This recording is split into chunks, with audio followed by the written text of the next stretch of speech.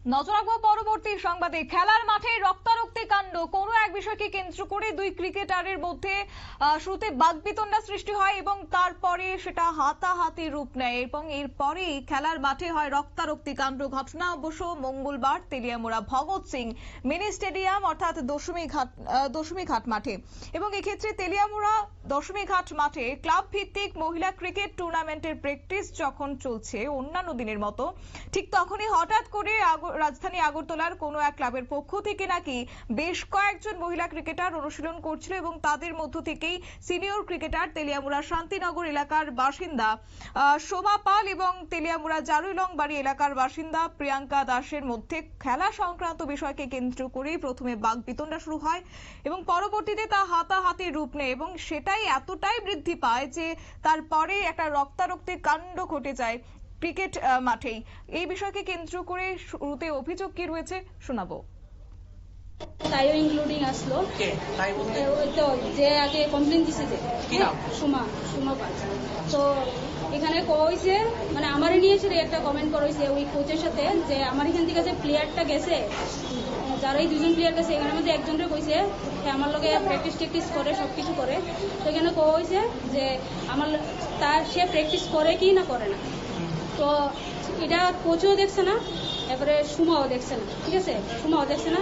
আমরা যেদিনই প্র্যাকটিস করি তার ফ্যামিলি জানে, আমার ফ্যামিলি জানে, আমরা সবসময় প্র্যাকটিস করি, ইভেন গ্রাউন্ড স্টাফ তারও জানে। আমরা এখানে আইএসএর আমরা দশমীঘাট গ্রাউন্ডে। ঠিক আছে, তো এখান থেকে সেখানে কমেন্ট করছে, আমার নিয়েও কমেন্ট করছে যে আমার লোকে আইএসএর পাকনামি করে প্র্যাকটিস বাগেরা করে এইসব।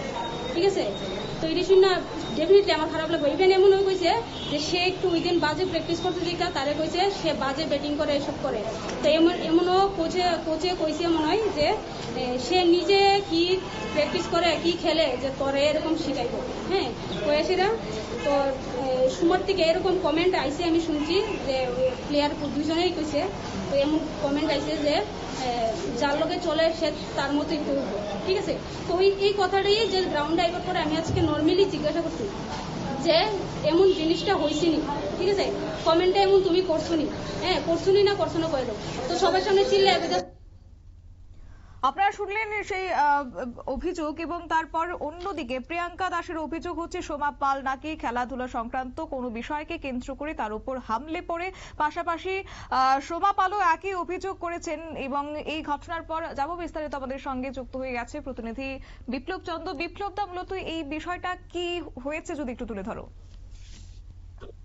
দেখো, সবচেয়ে বেশি যদি বলা যায় এই ঘটনাটা, এই অনুভূতির এই ঘটনা রাজ্য ক্রিকেটকে কিন্তু সবচেয়ে বেশি কলঙ্কিত করলো। যে ক্রিকেট মাঠে কোনোদিন সিনিয়র জুনিয়র বা ছেলেদের ক্রিকেটে কোন রকম কিন্তু অপ্রীতিকর ঘটনা হয়নি এখন পর্যন্ত।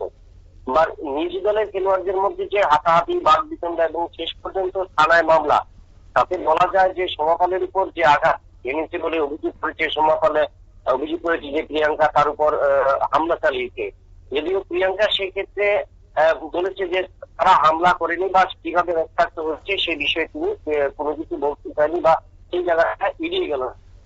পরিষ্কার ভাবে প্রিয়াঙ্কা যেভাবে কথাটা বললো, কিন্তু সবচেয়ে বলবো যে সামান্য সিনিয়র প্লেয়াররা, রাজ্য দলের সিনিয়র প্লেয়াররা যাদের উপর রাজ্য দলের ক্রিকেটের ভরসা আগামী দিনে, সামান্য এক ঘটনাকে কথা কাটাকে দিকে কেন্দ্র করে দুজনের মধ্যে রক্তারক্তি ঘটনায় কিন্তু আবারও প্রমাণিত হলো যে কোনোভাবে কিন্তু রাজ্যে মহিলা ক্রিকেটের অভ্যন্তরীণ বিষয় অনেকটাই কিন্তু দুর্বলতা বা ঘাটতি রয়েছে। কারণ জাতীয় আসরে বা যদি ঘরোয়া আসর আমরা দেখি, সেখানে কিন্তু ক্রিকেটারদের পারফরমেন্স কিন্তু ততটা ভালো নয়। কিন্তু সেই জায়গায় দাঁড়িয়ে আজকের যে ঘটনা, তেলিয়ামুড়ার ভগৎ সিং মাঠে যে ঘটনা হতো, তাতে কিন্তু আরো বেশি কলঙ্কিত হলো রাজ্য ক্রিকেট সংস্থা। তবে আদতে সেক্ষেত্রে যেহেতু মামলা রায় গড়িয়েছে এবং সেখানে সোমা পালের ভাইও সেখানে ছিল, তো তার বোনকে প্রচুর ফল তার বোনকে উদ্ধার করবার জন্য সেখানে প্রত্যক্ষদর্শী ছিল। আমার মনে হয় সেই জায়গার ক্ষেত্রে রাজ্য ক্রিকেট সংস্থার পাশাপাশি তারা কর্তৃপক্ষ যদি এই জায়গাতে সদস্য ভূমিকা পালন করে, তাহলে কিন্তু এই জিনিসটা আগামী দিন বেশি দিন গড়াবে না এবং এর প্রভাব কিন্তু আগামী দিনে নবাগত ক্রিকেটারদের উপর পড়বে না। তবে সেক্ষেত্রে কড়া মনোভাব অবশ্যই নেওয়া প্রয়োজন, রাজ্য ক্রিকেট সংস্থাকে কঠোর শাস্তি দেওয়া প্রয়োজন। কারণ যারা সেখানে শুধু নিজেদের মধ্যে বাকবিতণ্ডায় জড়িয়ে পড়েনি, রাজ্য ক্রিকেট সংস্থার জার্সি অর্থাৎ ত্রিপুরা ক্রিকেট অ্যাসোসিয়েশনের জার্সি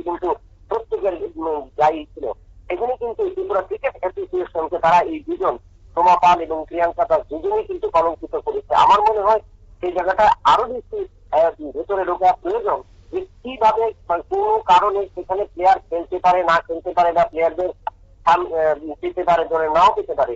সেই জায়গায় দাঁড়িয়ে রাজ্য ক্রিকেটের যে জার্সি বা রাজ্য ক্রিকেটের যে সম্মান, সেটা কিন্তু তারা ভুলুণ্ঠিত করে দিল আজকের এই অনুশীলনে, নিজেদের অনুশীলনে। তাতে প্রমাণ করা যায় যে রাজ্য ক্রিকেটের যে মহিলা ক্রিকেট দলের অভ্যন্তরের যে গোলযোগ রয়েছে, যার কারণে কিন্তু জাতীয় আসলে তারা কিন্তু কতটা সফল হতে পারছে না, এটা কিন্তু তার একটা প্রমাণ বা নিদর্শন হিসেবে কিন্তু ধরা যায়। তবে সেই ক্ষেত্রে প্রত্যেকেরই অভিমত যে সেই ক্ষেত্রে রাজ্য ক্রিকেট সংস্থা যত দ্রুত এই বিষয়ের দিকে নজর দিবে, তত কিন্তু রাজ্য দলের খেলোয়াড় বা রাজ্য দলের আগামী দিনটা কিন্তু আরো বেশি প্রশস্ত হবে বলে মনে হয়। ধন্যবাদ। অর্থাৎ এই ঘটনা শুধুমাত্র এই প্রশিক্ষণ চলাকালীনই তারা অনুশীলন চলাকালীন একে অপরের বাকবিতণ্ডায় তারা জড়িয়ে পড়েছেন হাতাহাতিতে, এবং তারপরই পাল্টা অভিযোগ উঠে আসে। যদিও এই ঘটনার পরবর্তীতে সোমা পালের বড় ভাই প্রসূন পাল মারধর সামাল দিয়ে ঘটনাস্থল থেকে আহত সোমা পালকে উদ্ধার করে নিয়ে যায়, এবং তারপরে এই ঘটনা গড়ায় থানা পর্যন্ত। তবে এই ঘটনার পর একটা যে চাঞ্চল্য ছড়িয়েছে সেটা আর বলার অপেক্ষা রাখে না। যদিও রাজ্য ক্রিকেট সংস্থাকে ফিরে একবার কলঙ্কিত করার চেষ্টা করছে বলে মনে করছে ওয়াকিবহাল মহল। তবে পরবর্তীতে এই ঘটনা থেকে শিক্ষা নিয়ে ক্রিকেট সংস্থার পক্ষ থেকে কি পদক্ষেপ গ্রহণ করা হয় সেটা অবশ্য লক্ষণীয় বিষয়। নিয়ে নিচ্ছে ছোট্ট একটি বিজ্ঞাপন বিরতির সঙ্গে থাকুন।